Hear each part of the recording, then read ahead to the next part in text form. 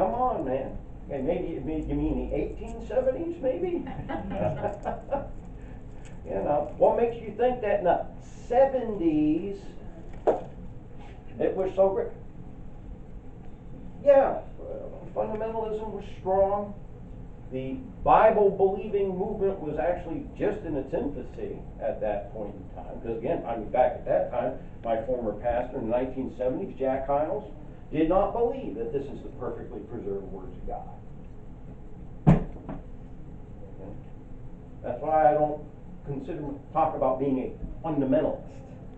And you got a lot of people out there who are fundamentalists who don't believe that this is the perfectly preserved words of God.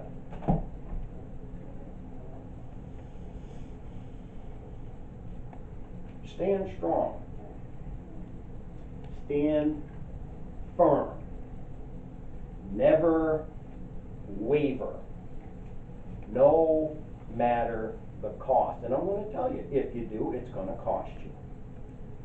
It will cost you. In a great many ways. But the reason you need to do so is the King is coming. But even if he weren't on the doorstep, and believe me, it doesn't matter. He deserves us to be this way. But I'm going to tell you, when he comes, okay, along with great and tremendous joy, there are going to be a whole lot who are going to be weeping. They're going to be weeping and gnashing of teeth. When they find themselves standing before the Lord Jesus Christ at the judgment seat, having to answer for now this, well, I can't remember what her name is now, the Reverend Jezebel, let's say she is saved, that she's been washed in blood, that she's been born again. Can you imagine what it's going to be like for her when she stands before the Lord Jesus Christ to have to answer for what she's done? And I wouldn't want to be anywhere near. Can you imagine what it's going to be like when he quotes her out of the words of God that she chose not to believe? And can you imagine what it's going to be like for her at the great white throne judgment as she stands there as a witness and faces the souls that she had a part in sending to hell because of her apostasy? I've often said, boy, wouldn't it be some real justice if you had to cast into hell those that you had been given the responsibility to lead to Jesus Christ? That scares me to my core. I know how I feel.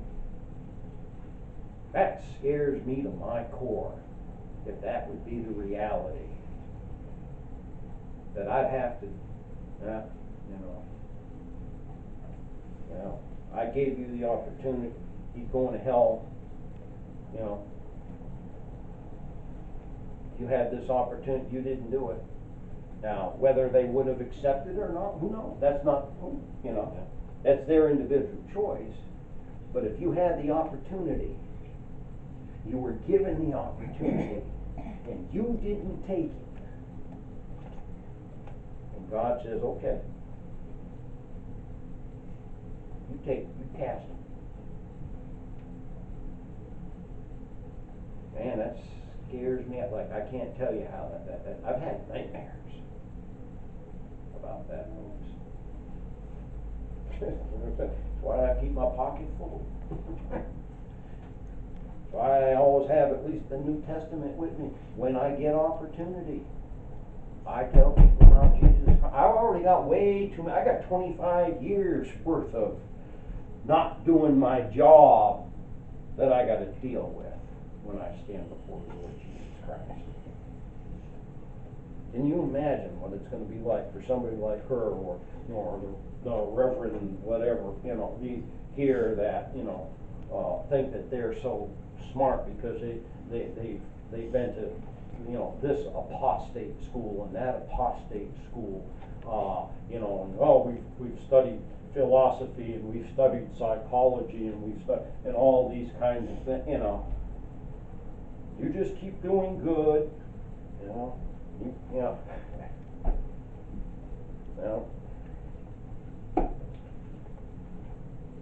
Lord have mercy. Lord have mercy. All right, let's sing the closing hymn together. Let's see if we can find Hold the Fort. That's what we need to be doing. Hold the fort till the Lord gets here.